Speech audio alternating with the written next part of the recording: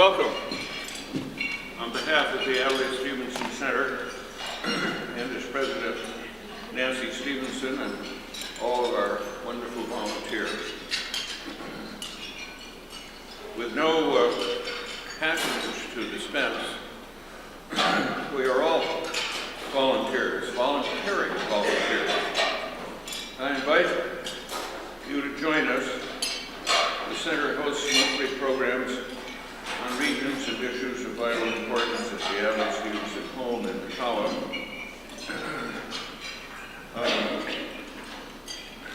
It's an historic national landmark, and occasional programs in downtown Chicago. It has organized a nationwide coalition, of which our speaker is a member, to support the Center's agenda for political reform, a comprehensive effort to address the root institutional causes of our political discontent. I invite you to learn more from the website of the Stevenson Center and the documents at your place, and to volunteer your support for an informed populace and reformed American politics. Norman Ornstein is a resident scholar at the American Enterprise Institute, contributing editor of The Atlantic, chairman of the Campaign Legal Center for 30 years. He was an election analyst for CBS News, and since 2012 has been an election analyst for BBC News. He is also a consultant for the Emmy Award-winning HBO V series. A reformer, Norm helped shape the McCain-Feingold Campaign finance law, creation of the Congressional Office of Compliance, and as a staffer for the special committee created to reorganize the Senate. He helped update and create new committee jurisdictions, something where I have personal knowledge because I was that committee's chairman. Norm is an analyst and a doer, and more.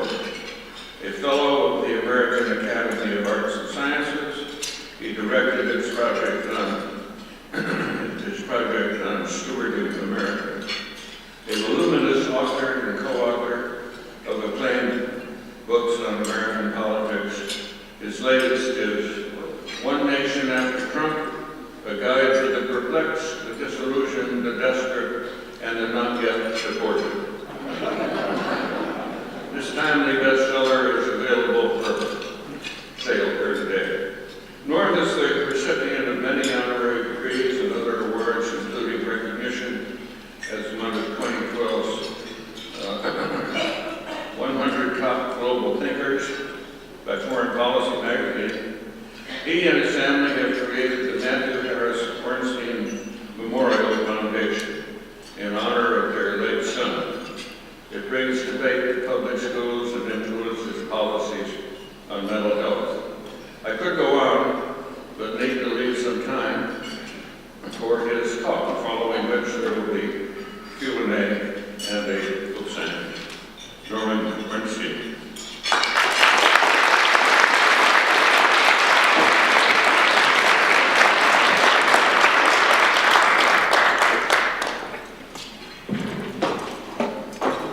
Thank you, Adlai. Adlai and Nancy are people I've known since 1976, and when I did work for him in reorganizing the Senate, and I saw up close, in a way I hadn't before, what a remarkable public servant he was, taking on the toughest tasks.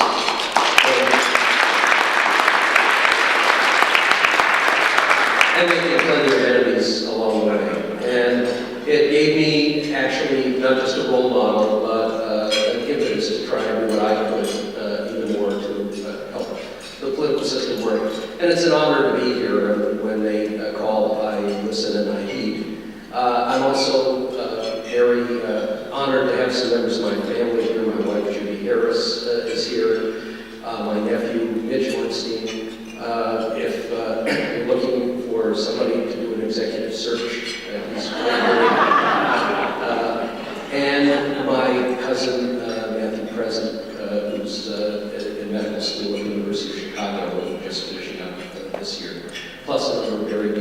friends, and others I've known and admired for a very long time in the worlds of journalism and business and many other places.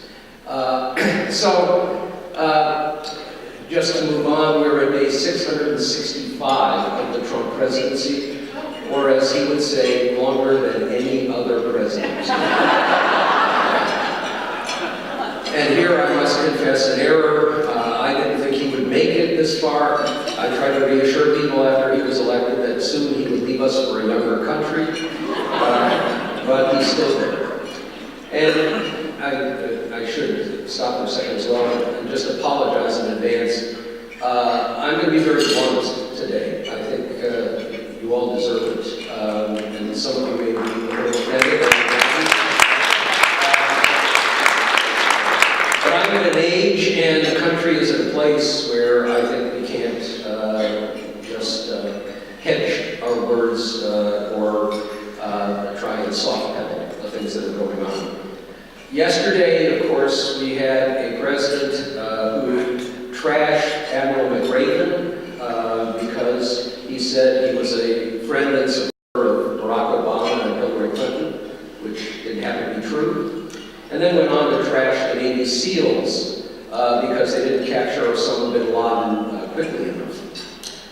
This was after he had gone to California and said that the problem with the devastation that has not gotten nearly enough attention. We still have over 1,200 people missing from these devastating fires, and the President of the United States said that if only we had raked the forests the way the Finns did, we wouldn't have these kinds of problems. And then referred to Paradise, California, the epicenter of the terrible fires, as Pleasure, California. So it was a typical day in the Trump presidency, I guess. What I want to do now, in this first part of the program, is actually three things. I want to start with looking at the antecedents of where we are, and it's important to realize that the challenges we have as a country, as a society, as a political system, did not start with Donald Trump. He was more a product than he was a cause, and many of them, many critical ones, will remain even after he is out of the presidency, whenever that may be. Then I want to talk a little bit about what it means to be in this particular era and the dynamic, and then what follows and where we go from here. And that's a lot to cover, so I would probably just touch on some bullet points at different times rather than go into great depth. Some of the depth is in the book, which, by the way, makes a great holiday gift. Any holiday. So, to start with, I want to mention just a few things that are, I think, an important part of where we are. The first is tribalism, political tribalism. We all know that, and it's repeated over and over again, that we have polarized politically. And that's been going on for decades as the regions changed in American culture and society, and the politics changed, and the parties went from where they were when I came to Washington in 1969, which was the proverbial broad tents, where you had people from many different regions, many different places, and with different points of view. The one where we've sorted out and we have seen the middle largely become unoccupied as the parties moved further apart. They didn't do so symmetrically, but there's another reality, which is you can polarize ideologically and still manage to solve problems. And the example that is one I use all the time, and it's a pretty good one, is the long-time odd couple relationship between Ted Kennedy anchoring the left wing of his party and Orrin Hatch, who for a long time anchored the right wing of his party. Now he's almost at the socialist edge of his party, which tells you something. But you couldn't find two people who were more disparate in their personalities, in their backgrounds, in their lives, but they formed this deep friendship, and we got the Children's Health Insurance Program, which still has 9 million children insured, the Orphan Drug Program, and if you've ever had a friend or a loved one have a debilitating disease that is a very rare one, where there was never an economic incentive to do the research to find pharmaceuticals that would work, and they came up with a way in which you could provide the appropriate incentives to do so, and they worked in criminal justice and other areas, and of course they did it in the classic American way, which is you see a common problem, you find a core of things you could agree on, and then you do some horse trading back and forth so that you can actually make it happen and build that broad leadership coalition that is usually required to make things work in our republic. It's when we segued or went from simple polarization to tribalism that we began to see the serious issues and schisms develop in the society. And just to put it succinctly, with tribalism, or with polarization, I should say, to start with, you say, you know, he views the world in a completely different way than I do, but he's an honorable person and we can work together to solve common problems. And in tribalism, it is, you are evil and you are trying to destroy our way of life. And for a variety of reasons, as we moved in that direction, and I attribute really the beginnings of it to a combination of Newt Gingrich coming to Congress in the late 1970s and very deliberately tribalizing as a way to try to break what was then the Democratic Party's scramble on majorities in the House of Representatives. 24 consecutive years when he arrived in Washington, 16 more that he took as he went through this process to get to the majority that came in the 1994 election, and at the same time, the beginning of the development of tribal media, which came along in the late 1980s when the Federal Communications Commission decided to eliminate the fairness doctrine. It really created national talk radio and a pay raise for public officials in 1988-89, got a populist wave moving, and Rush Limbaugh caught that wave, and that interaction really worked. I'll just take a moment out to tell you a little anecdote. One of my great heroes in public service and dear friends is Alan Simpson from Wyoming. And Al, after he retired from the Senate, went back to visit at one point, and as he moved to the Senate floor, he was accompanied by then Senator Rick Santorum, who had been one of the Gingrich allies and almost clones, then in the Senate. And they went on the floor, and Simpson saw Dale Bumpers on the other side of the aisle, and went over, and they embraced warmly, and were having a nice chat. And then Al looked back, and he saw a very agitated Santorum motioning him over, and he ambled over and said, "Yeah, what's the problem?" And Santorum said, "Well, what's that all about?" And he said, "That's Dale Bumpers. We came in together. He's like my blood brother. We've worked on many things." Bumpers, of course, being a Democrat from Arkansas. And Santorum said to him, "We don't do things like that around here anymore."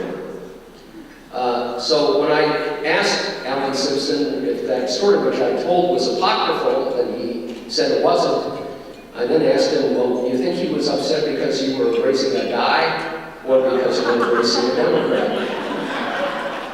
And I won't tell you what he said, but that was tribalism in action.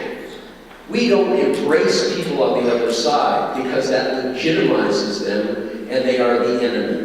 And we've seen this as it emerged in Washington and has been amplified, but it's also metastasized out to so many states, Illinois being one of them, and to the public as a whole. And of course, the figure that's used now very frequently is from a series of surveys that Gallup did, the first back in 1960, when they asked people if they would be upset if a child of theirs married somebody from another race or from another religion, and then just for the hell of it, they threw in another political party. And the numbers, of course, were at that point very high for race, pretty high for religion, and a trace element for parties, 3 or 4%. The same question asked a year ago. More people now would be upset if a child of theirs married somebody from another political party than from another religion or race. Now, you can say that's progress, but it also tells you something about the nature of our political dynamic now. And I find in Washington, and we find, I think, in a lot of places in the country, dinner parties aren't handled the same way they used to be. You're very careful about not putting people sitting next to each other who might end up in a food fight and spoil your wonderful evening, or even bringing people together where the conversation might turn to politics and deteriorate very quickly. And that's true of neighbors and in other ways. And it's an unhealthy development in a society. And of course, it means much less likelihood of being able to find common ground, certainly on the major issues, and sometimes do it a little bit below the surface. And it also means that whatever policies are enacted by one side are almost automatically viewed as illegitimate by the other. And I will tell you, I find it sort of striking because being at the American Enterprise Institute, I go to different audiences and sometimes they just assume I'm a conservative. And if I'm with a conservative audience and they've made that assumption and I say things, including things about particular policies, they'll nod in agreement. And if they thought that I was speaking as a liberal Democrat, they'd be standing up and throwing tomatoes at me. So where we do have common ground, we're forced much further apart. And that's not going away anytime soon. Now, the second element that I want to discuss just a little bit is the growing and yawning economic inequality in the country, which is now significantly greater than it was in Juan Perón's Argentina, and we are now doing much less well than a lot of other countries. There's always been economic inequality. There are always going to be haves and have-nots, but the division has become greater, and of course, at the very top, the 1/10 of 1%, the 1%, it's not just the enormous accumulation of wealth, which continues, but it's also the conspicuous consumption of that wealth. And that sense now that I've seen all too frequently of people at the very top who view themselves as victims, even as they're making more money than you could ever possibly imagine, and creating an even greater division. And of course, all that is happening while we've been through a couple of decades or more where incomes have largely been stagnant or growing at a very small level, and people increasingly find themselves working two jobs or working two jobs where their spouse is working two jobs, and being on the kind of treadmill where it's going faster and faster so you can just stay at the same place.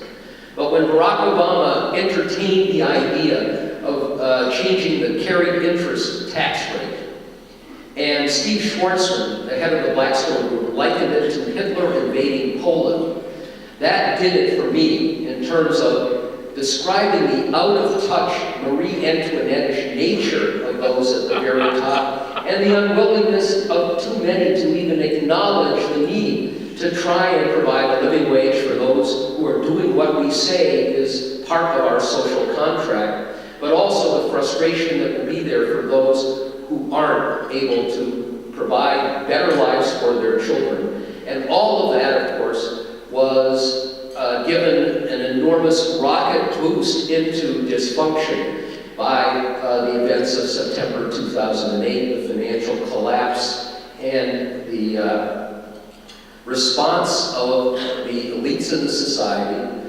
across the board, and appropriately, starting with President George W. Bush and his Treasury Secretary Henry Paulson, and the two presidential candidates, Barack Obama and John McCain, and the chairman of the Fed, Ben Bernanke, and all the former chairs of the Fed, and the leaders in Congress, and all of those from the university communities to the financial communities and the business communities, saying, oh my God, we're at a crisis point. We could have a global credit freeze that could result in a depression that would make the 30s look mild by comparison. We have to act now. And what they did was the Troubled Assets Relief Program, or TARP, otherwise known as the bailout. And the public reaction was, let us get this straight. You've bailed out the miscreants who got us into this mess, and let them take bonuses as they have walked away from it. And we lost our homes, or our homes dropped in value by 30 or 40%. And it's always been a characteristic of America. We have low savings rates compared to other countries because for large numbers of Americans, their savings were in their homes. And they always knew they had a safety net.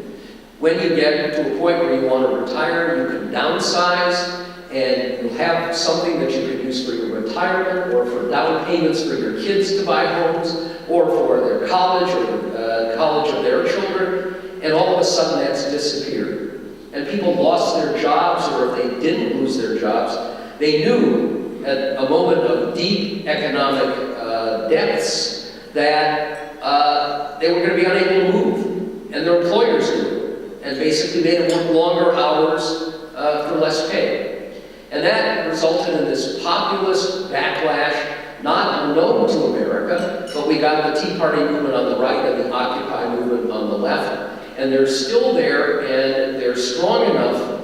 And what's interesting and a little troubling out of all of this too is that usually when we have these populist surges, and they come on the left, the right, and in the center, and they almost always bring with them not just kind of positive, well, let's keep the leadership in the society on notice that they better measure up, but also they bring nativism, isolationism, protectionism.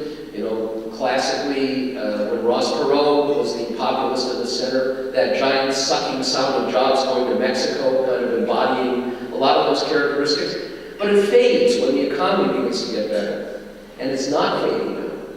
And that sense of distrust in all elites and leadership that makes it difficult, given tribalism, for anybody to stand above it all, to transcend it, to do things that bring the society together, or to call out bad actions without being labeled as one of the other sides, one of the tribes.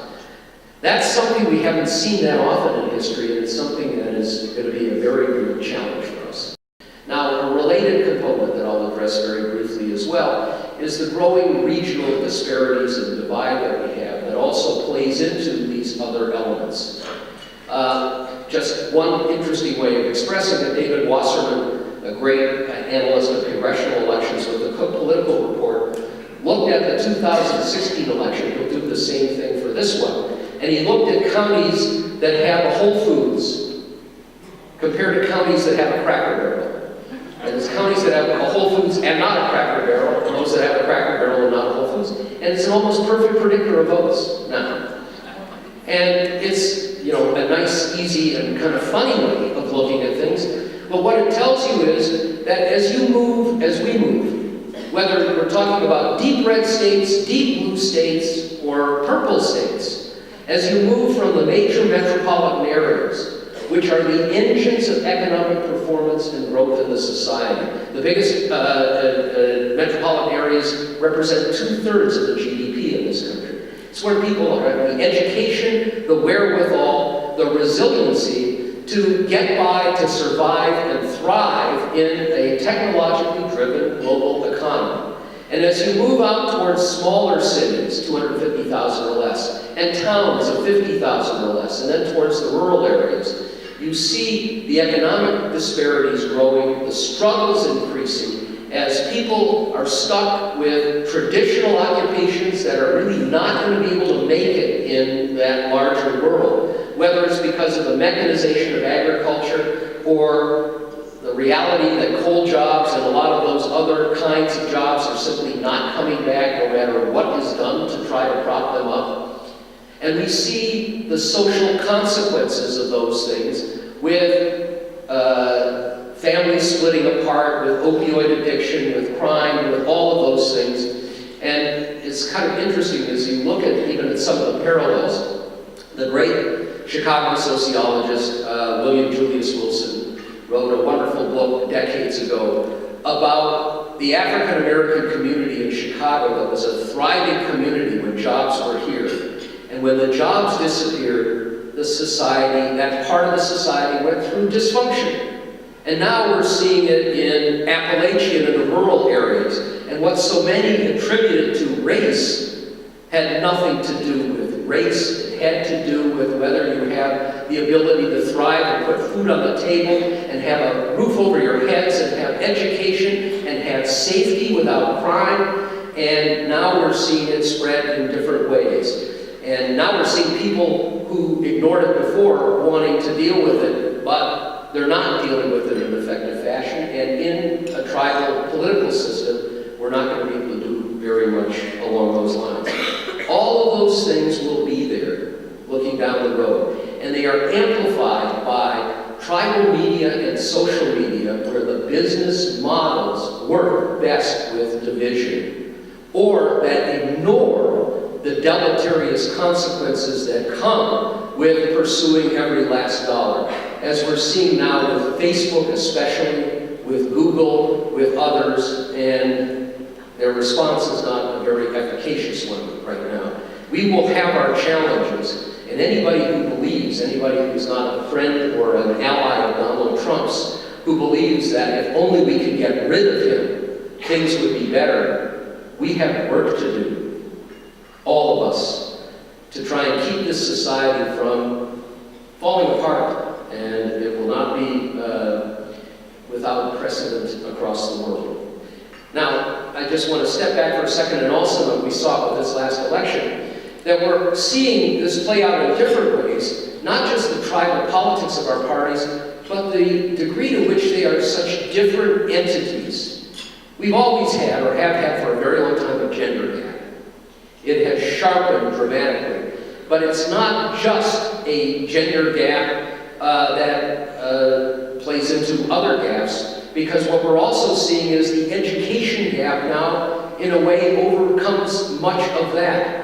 What we saw in this last election was Trump's Republicans did pretty well with white women who were not college educated, but dramatically poorly with college educated white women. Men support Republicans more, but the real support comes from white men without college educations. And in particular, the Republican Party is really becoming a party of white evangelicals, men and women. But the education gap that is exacerbated by the regional gap that's taking place is a big problem. And of course, we also have a major gap on racial and ethnic lines. And that is not just with the public as a whole.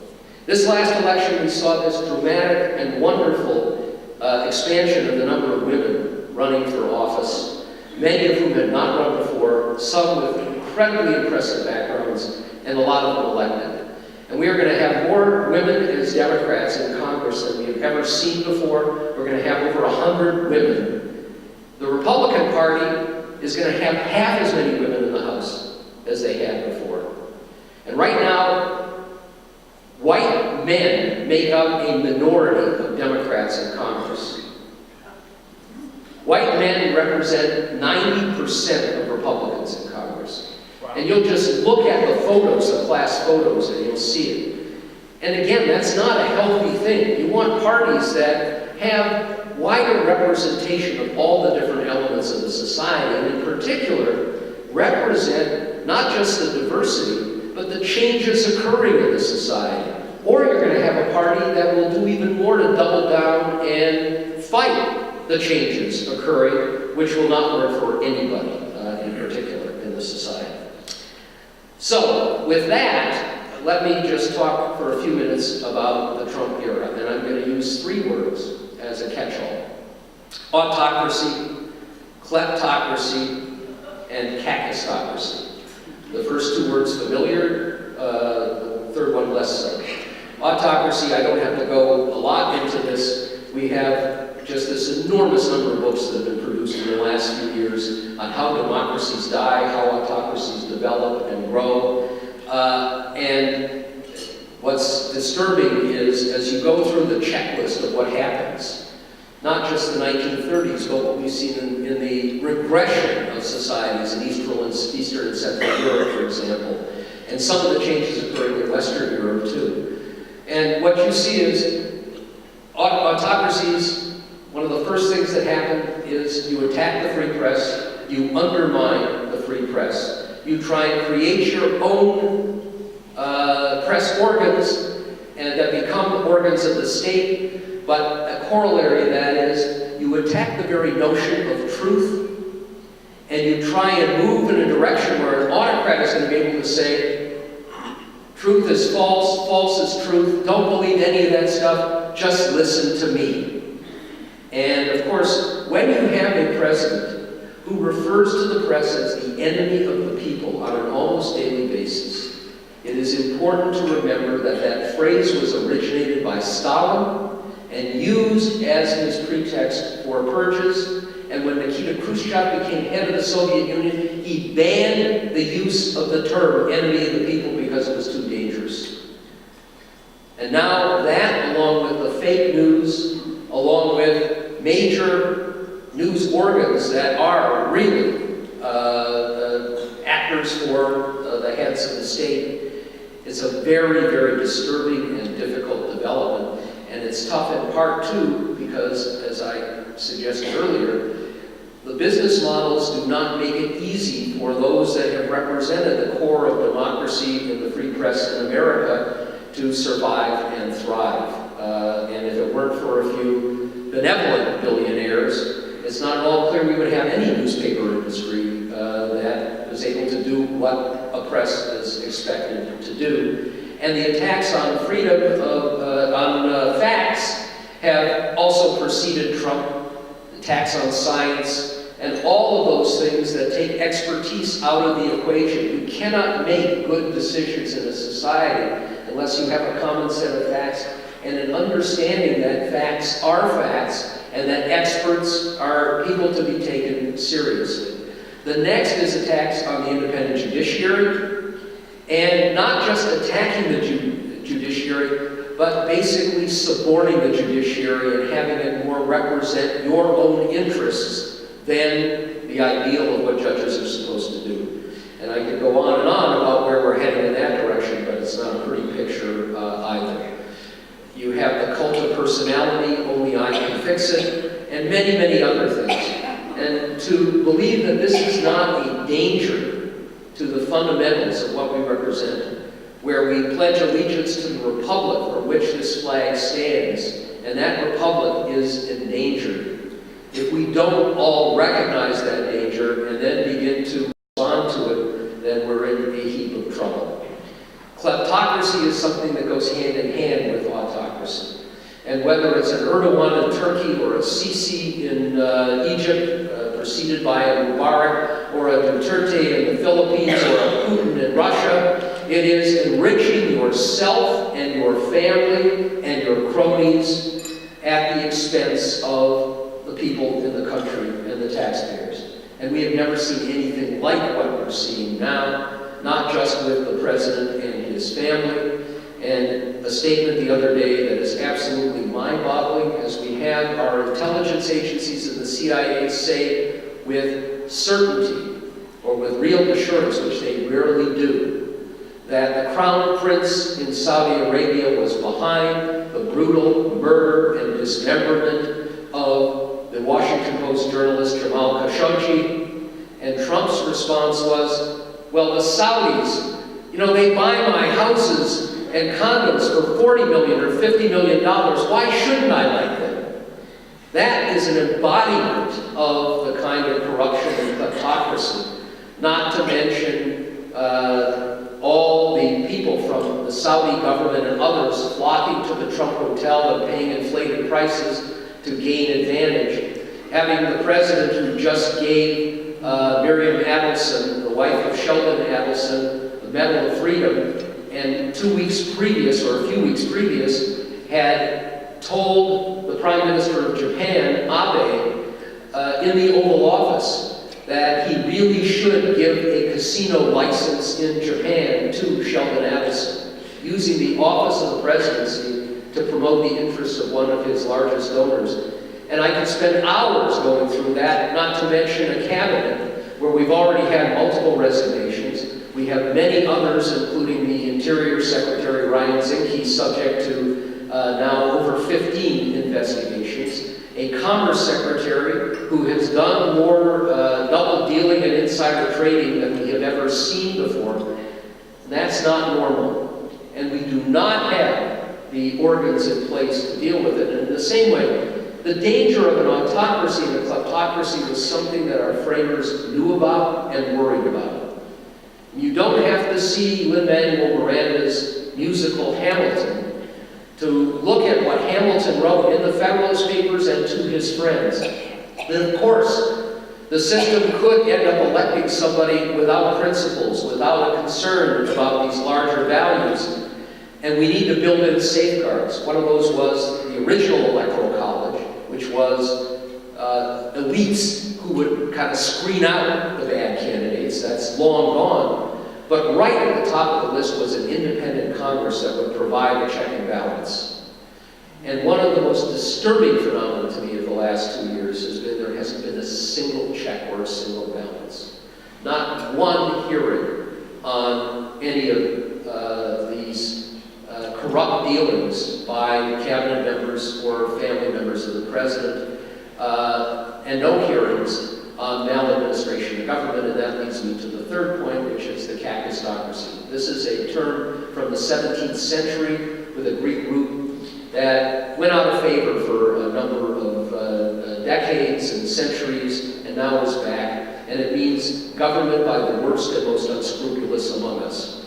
And it basically, if you ask any kid what the word kaka means, you'll get a sense of it. And here we have a president who is the least experienced of any in the history of the United States. No service at any level of government in any way. Probably the one who comes closest is our venerable Abraham Lincoln, who did not have deep experience in government before he became president. And of course he knew it and brought around him that team of rivals that Doris Kearns Goodwin wrote about. But it was not rivals amongst themselves, it was previous sworn enemies of his, who had that experience, who he knew he needed. And we got a government filled with people from Goldman Sachs, or a chief of staff at the beginning, who presumably would balance out a president without experience with some experience. Reince Priebus, who had been basically a political functionary for his vast majority of his professional life. We got Steve Bannon and Stephen Miller as the top policy advisors, and we see it playing out in a variety of ways. Whether it is the disaster in Puerto Rico after the hurricane, which continues to be a problem, or the child separation and not even knowing where some of these children are, the behavior of ICE, and just to pick one contemporary example, the cuts in the budget by the head of the Office of Management and Budget, Mick Mulvaney, the Centers for Disease Control, that forced the CDC to cut by 80% the aid we were giving to countries in Africa to deal with epidemics and pandemics. And what do we get? An Ebola outbreak that could be terribly serious and is already devastating, not just parts of Africa, but moving elsewhere. The rationale, that's their problem, not ours. America first, as if an epidemic or pandemic can't spread from one part of the world to another in a matter of hours. And the cuts in the CDC mean that if we do get a pandemic, we have much less capability of tracking it or dealing with it than we had before. Now, the numbers vary a little bit from time to time, but the public administration experts tell us that there are about 702 positions in the executive branch that are key policy-making positions where the president nominates and the Senate confirms. We are almost 2 years in, and half of those positions are unfilled. Almost a quarter have no nominee yet. I mentioned the Khashoggi killing in the Saudi consulate in Istanbul, Turkey, creating an international crisis. At the time, almost 2 years into this presidency, we did not have a nominee for the ambassadors of either Saudi Arabia or Turkey. And that's true of many other critical countries. During all the time that President Trump was playing around with and negotiating with his dear friend whom he said he loves very dearly, Kim Jong-un in North Korea, we had no ambassador and no nominee for the ambassador in South Korea, our major listening post. That, ladies and gentlemen, is kakistocracy defined. And you would think there'd be a learning curve, and there is no learning curve. And all of those things combined, a level of ignorance about fundamentals, a disregard for facts, an impulsive set of actions, danger spots all over the world, and trauma here at home. have left us in a very difficult place, and a place which may provide at least a little bit of a check and balance with the election results that we just had. A Democratic House of Representatives provides an opportunity at least to get some checks and balances, perhaps to protect Mueller and that independent investigation, but just as significant, to begin to look at why we're failing as a society in dealing with the victims of hurricanes or of fires or other natural disasters, and maybe begin to look at why they are more severe now than they have been before, which has a whole lot to do with climate change. A warming ocean means that what used to be tropical storms now become hurricanes. What used to be Category 1 and 2 hurricanes become Category 3 and Category 4 and Category 5 hurricanes. And if we're not able to focus on the nature of those problems, if we're not able to keep cabinet officers from enriching themselves at the expense of others, Ryan Zinke, among other things, when we had a previous set of fires in the West, commandeered a helicopter that was going to bring firefighters to take him to his home in Montana. So we're not just talking about petty theft. We're talking about real consequences here. And maybe we'll get some checks and balances. And maybe we'll get at least on the table some of the kinds of political reforms to make voting easier, to move away from the kind of suppression that was a characteristic of this election, to begin to look at the corrosive impact of political money, to get our institutions working in a better fashion, to have Congress at least have some semblance of a regular order, and the kinds of things that Adlai Stevenson worked to do, not just in the committee system, but in creating an ethics framework for the Congress that has largely atrophied and is certainly not there. We need to strengthen at the executive level. And I would say, just in closing on this front, two things. One is, I believe very firmly that if Democrats taking over the House of Representatives decide that the first foot they put forward is a divisive leadership battle over the speakership that results in embarrassment on the floor, no speaker selected, going through multiple ballots, that will take attention away from what's going on in the executive branch and more broadly in the society, and that creates a first impression that can be a lasting impression of a party bickering internally. That would be a big mistake. And if they don't move very quickly with a democracy agenda that's not going to be enacted, but that lays out the marker and educates people about the dangers that exist in a society when only some people can vote. And I will add, as just a little side note here, we have 2 more elections coming. These elections are not over. We actually have more than 2. One is for the Senate in Mississippi. And when Adlai Stevenson brought his bill to reform the Senate to the floor, I spent 4 days on the floor of the Senate, and I was sitting for much of that time in between Russell Long of Louisiana and Gaylord Nelson of Wisconsin, 2 of the best storytellers ever. It was incredible. At one point, Russell opened his desk to show me the signatures of all the people, because senators get a desk and they sign in.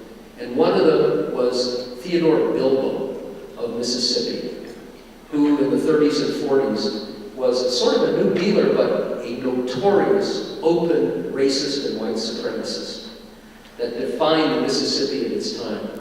And now we have a Republican sitting in that Senate seat, whose seat is up in a month or so, who talked about how she liked a friend so much that if there were a public hanging, she'd be sitting in the front row with him. And followed that with the governor who appointed her and who is her close ally, deflecting away from it and saying there's no need to apologize. The real problem is all those African Americans murdering people through abortion. This is Bilbo world again. And this election, where Mike Espy, the Democratic candidate, former Secretary of Agriculture, former Congressman, is the Democratic nominee, is a really important one. But I would say even more important is a runoff in Georgia for the Secretary of State, where deciding who will vote suppressing people's votes was the hallmark of the Secretary of State who just got elected to the Senate. And working in this area, all of us, to try and make sure that we actually have a system where the Republican form of democracy we have, where we all elect our representatives, is real and not distorted. There couldn't be a higher priority for us. More generally, we need all of us in civil society to do what we can, first of all, to move away from the most corrosive elements of tribalism, to try and find venues where we can have a different kind of dialogue. There will be widely varying perspectives on what role government needs to play and what we ought to do. But if we can at least begin to get back to what is normal, and politics ain't beanbag, it's tough stuff. But if it's tribal and sectarian, then we're moving down a very bad path.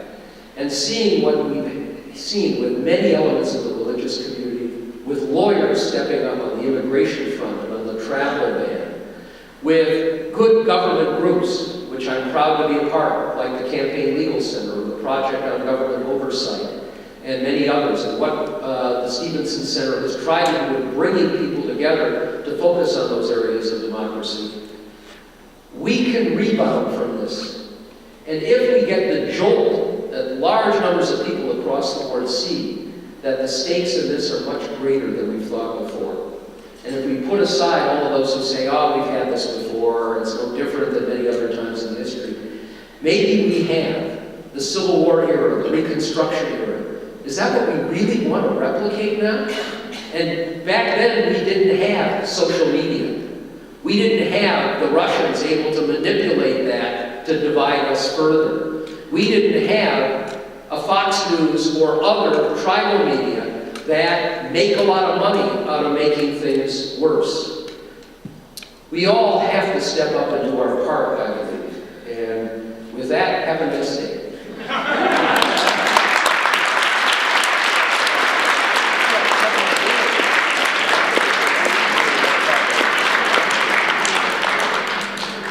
And I'm happy to take questions or comments. Please tell me who you are. Tracy Whitehead. Could you comment on Mitch McConnell and also the judiciary? So if the question is commenting on Mitch McConnell. If you want to have a little fun at some point, Google my name and Mitch McConnell and look at the issue where he attacked me quite viciously. I'm not among his favorite people, and it's mutual. I actually think that when the history of this slide in our political system began and who's responsible, Mitch is going to be up there at the top of the list of those who are. He shredded the norms in the Senate in ways that are unlike any that we've seen. It goes back at least to 2009, but carries forward to the current day.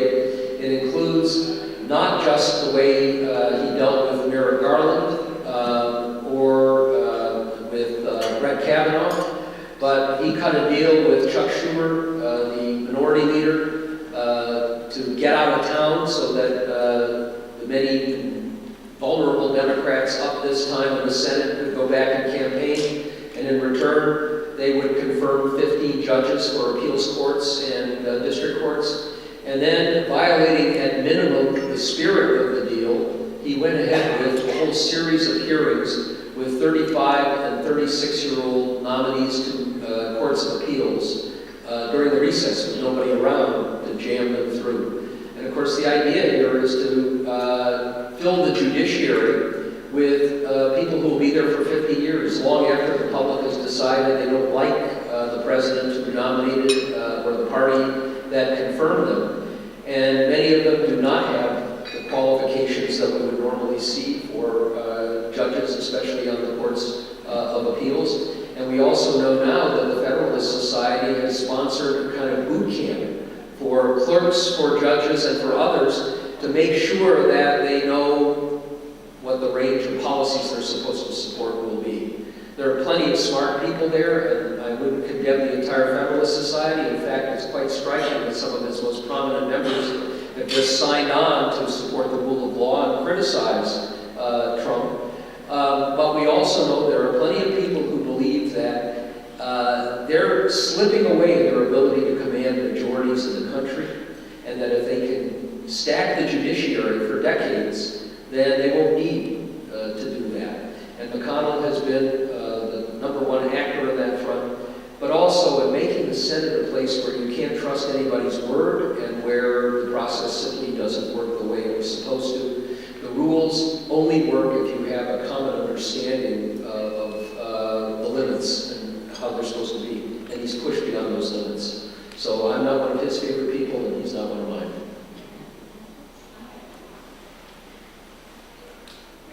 Efforts to reform the Electoral College, and I saw a recent one in terms of expanding the House of Representatives. I wonder if you have some ideas about ways for us to get back to one person, one vote, and to give power back to people rather than cows.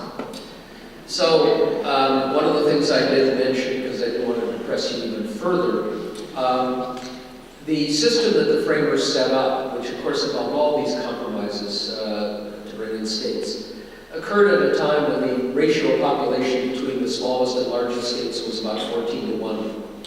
Now it's bumping up about 70-1.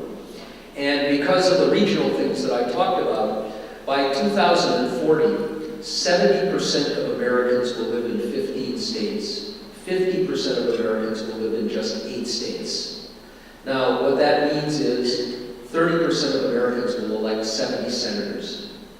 And that 30%, of course, the 15 states are the ones with major metropolitan areas, the education, technology, people are going there because jobs are there. The 30% are not broadly representative of the country, of the diversity of a lot of things happening. They're going to be poorer, and they're going to want to take money from the richer states, and after a while it's going to create a real sense of illegitimacy. The other figures tell you that the Electoral College is going to increasingly give us the instances where the president elected loses the popular vote. If you look at the votes cast in this last election for the House of Representatives and just kind of aggregate them, you could see fairly easily that Donald Trump could lose the popular vote in a re-election bid by 8 or 9 million and still win the Electoral College. And from 1824, when the popular vote first mattered, through 1996, 44 elections, arguably there was only one where it was clear that the winner of the popular vote lost the presidency. 2 out of the last 5. By the 3rd time, the 4th time, the 5th time, no sense of legitimacy. You can't effectively, there's no way that the Electoral College is going to be changed through constitutional amendment. The small states simply have no interest in doing that. One effort has been what's called the National Popular Vote Compact. I'm involved with a group called Count Every Vote. They probably chose the wrong word because the Constitution says there can't be interstate compacts. But there are about 175 electoral votes already signed on, and the idea is you make a pledge in legislation that once you get over the 270 required to elect a president, that you will have your electoral votes go to the winner of the popular vote. It's probably not going to happen, but it's something you could do short of the constitutional amendment. And the other way that you could help and also make the House more representative is to expand the size of the House. And that means you're going to have probably more representative districts as well. Now, I do one other thing, and recognize that to expand the size of the House is going to create an immense logistical challenge. The Capitol complex, the Capitol itself can't easily handle another 200 or 300 members. I happen to be very partial to the old Illinois system of 3-member districts where voters can cast 3 votes for one, 2 for one and 1 for another, or 1 for each of 3. I believe that it created more heterogeneous districts. It broadened the pool of candidates. It gave people an incentive to try and reach out beyond a narrow base, so they might get one of those 3 votes at least. And I was saddened when Illinois abandoned it, and I think it suffered as a consequence. That you can do without a constitutional amendment. You just need to repeal the 1967 law that requires single-member districts for the House of Representatives. Maybe too complicated for people, but states could do that. There are ways in which we could make a difference here. And enlarging the House is one. Now, I would also say if Democrats capture the House, the Senate, and the presidency, I would be sorely tempted to add the District of Columbia and Puerto Rico as states. I seriously consider having California become 3, 4, 5, or 9 states. 18 senators. You know, when you have 50 million people electing 2 senators, and voters in Wyoming have 70 times the power in the Electoral College or in the Senate as people in California, it's not a great development. Yes? Betty Magnus, National Rainbow Push Coalition. Do you think the voter suppression that existed in Georgia will affect Mike Espy's election in the runoff? I think we have plenty of voter suppression in place in Mississippi.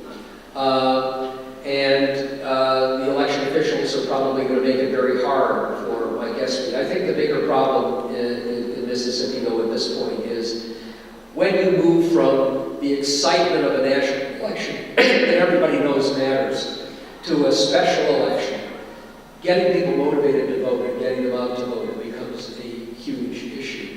Now, one of the other things that will be interesting to watch, one of the results in the November election that didn't get much attention was this referendum in Florida that provided the franchise to about 1,400,000 people who had felony convictions, who had been disenfranchised for life, who now have the vote back. That was a referendum that required a 60% supermajority, and they got 2/3 of the state to do it. I can tell you, the secret there was the ads didn't include a lot of African Americans, who are the vast majority of felons as drug charges for most. They had a bunch of white people with kids with opioid addictions, and it was basically, do you want your kid to lose the right to vote for the rest of his life? I don't care what it was, you now have people back with the right to vote. But I gotta believe that not only will it be a challenge to get a lot of them to vote, Florida's gonna double down on trying to make sure they don't have the capacity to vote. And it's not just voter ID laws, as we know. It's what we saw in Georgia when busloads of elderly African Americans going to the polls are stopped by the cops and told them it was an illegal political activity. It's in Kansas where the one county with Hispanic Americans lost its polling place and had one set up way out in the wilderness, miles beyond any public transportation. It's cutting out voting on Sundays when churches, especially African American churches, get together and bring people to the polls. It's a whole series of things that you can do. And now, of course, what they're moving into is these exact match absentee ballots. And if you are an elderly person or a disabled person and your signature has changed, and even if you're not, and your signature just isn't exactly the same from one place to another, you can lose your right to vote, and you may never know it because you send the ballot in and it may be stopped. There are a lot of ways that people can use to keep people from voting.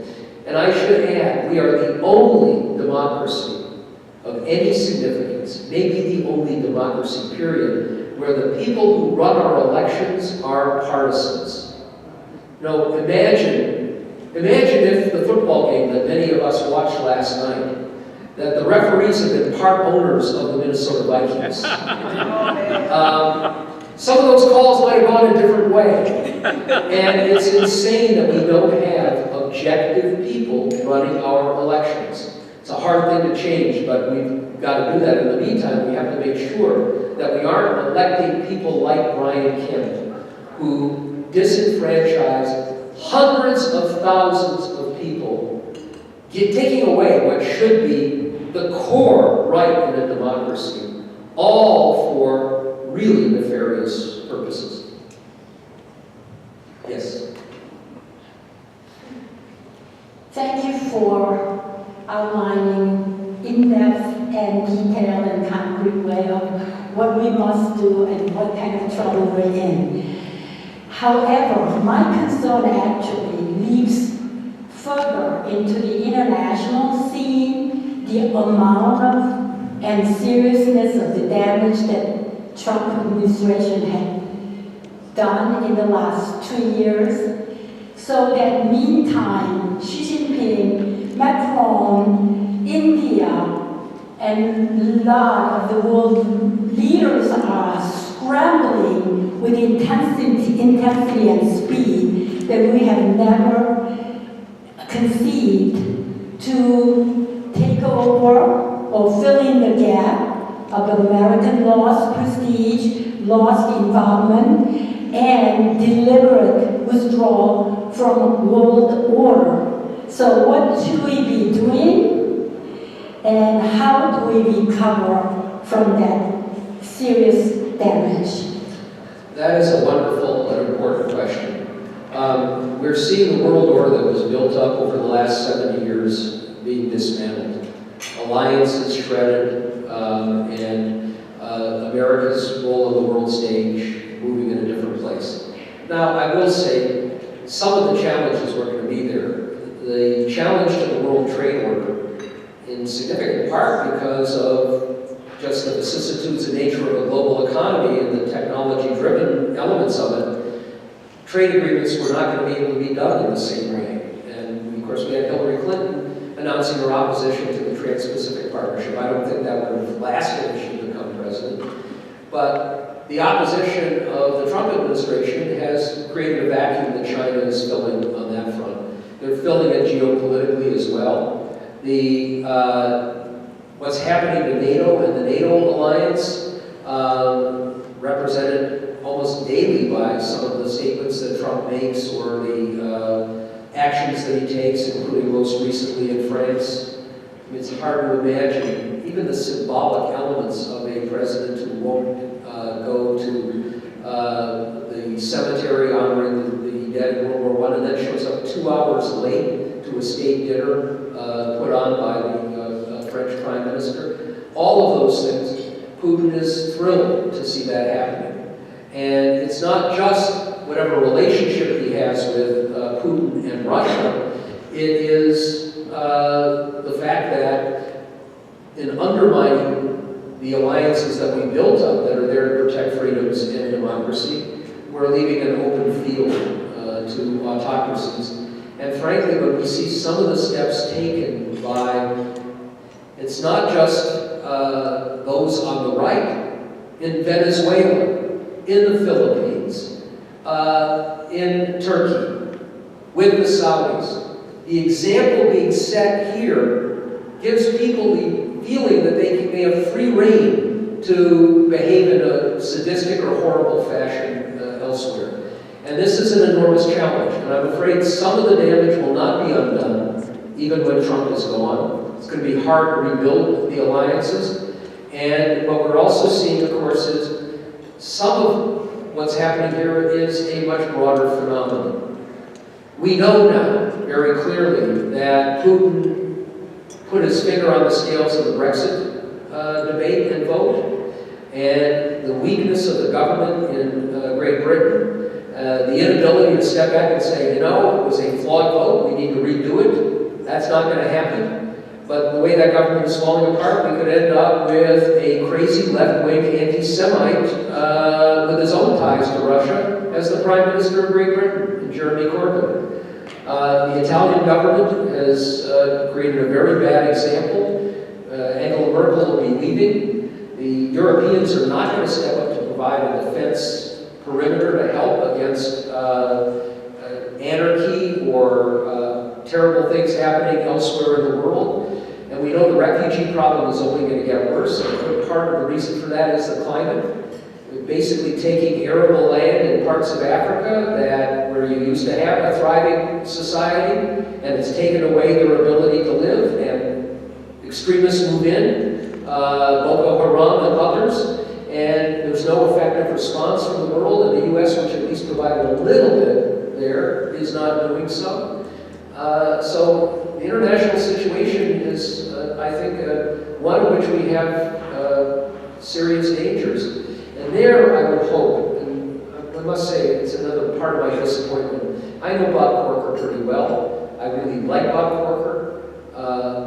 As chairman of the Foreign Relations Committee, I wish he would have stepped up much more aggressively just on the policy front to provide a little bit of a check and balance so we didn't move so much in these directions. But we really didn't see much there.